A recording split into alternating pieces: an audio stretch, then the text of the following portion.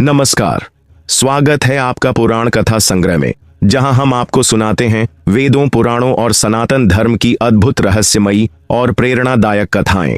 जुड़िए हमारे साथ हर दिन एक नई दिव्य कथा के लिए।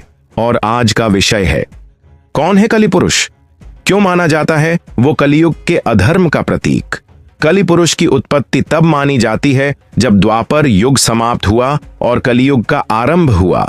कलि पुरुष को कलियुग में अधर्म, पाप, असत्य और पतनशीलता का प्रतीक माना जाता है। इसके अलावा कलि पुरुष केवल एक पौराणिक पात्र नहीं, बल्कि वह हर मनुष्य के भीतर की कमजोरियों का प्रतीक भी है। तो चलिए जानते हैं इसके बारे में विस्तार से।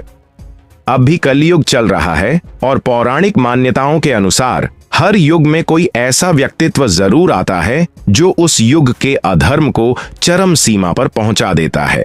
फिर भगवान विष्णु उस अधर्म का नाश करने अवतार लेते हैं और कलयुग में विष्णु जी कल्कि का अवतार लेने वाले हैं। लेकिन कलयुग में जिस अधर्म का वो नाश करने वाले हैं उसका जनक है कलि पुरुष। असल में कलि पुरुष एक पौराणिक प्रतीक है जिसे धर्म के पतन और संस्कारों की गिरावट का प्रतिनिधि माना जाता है।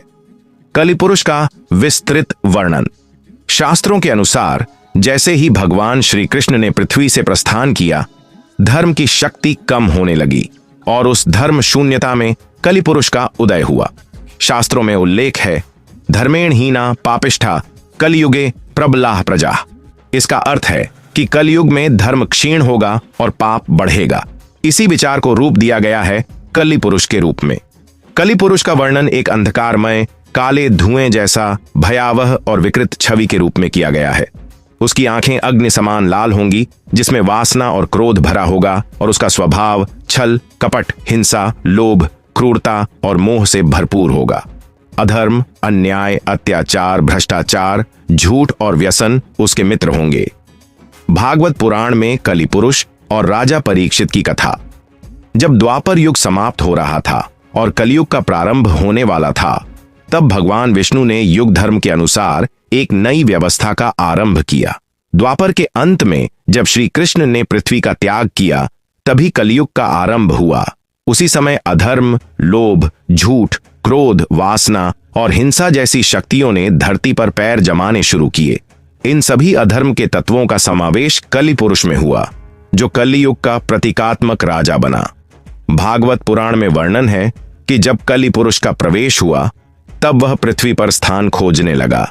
लेकिन राजा परीक्षित ने उसे रोका और कहा कि तुम्हें धर्म की रक्षा करने वाली भूमि पर स्थान नहीं मिलेगा।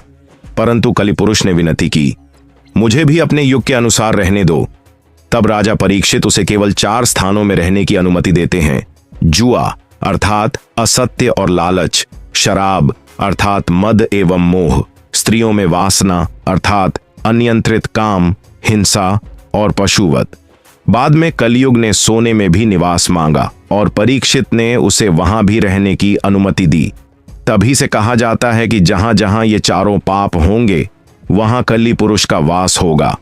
कलि पुरुष का वर्णन हमें यह सिखाता है कि कलयुग में पाप और अधर्म बढ़ेंगे, पर सच्चे धर्म का पालन करने वाले व्यक्ति अभी भी भगवान की कृपा पा सकते हैं।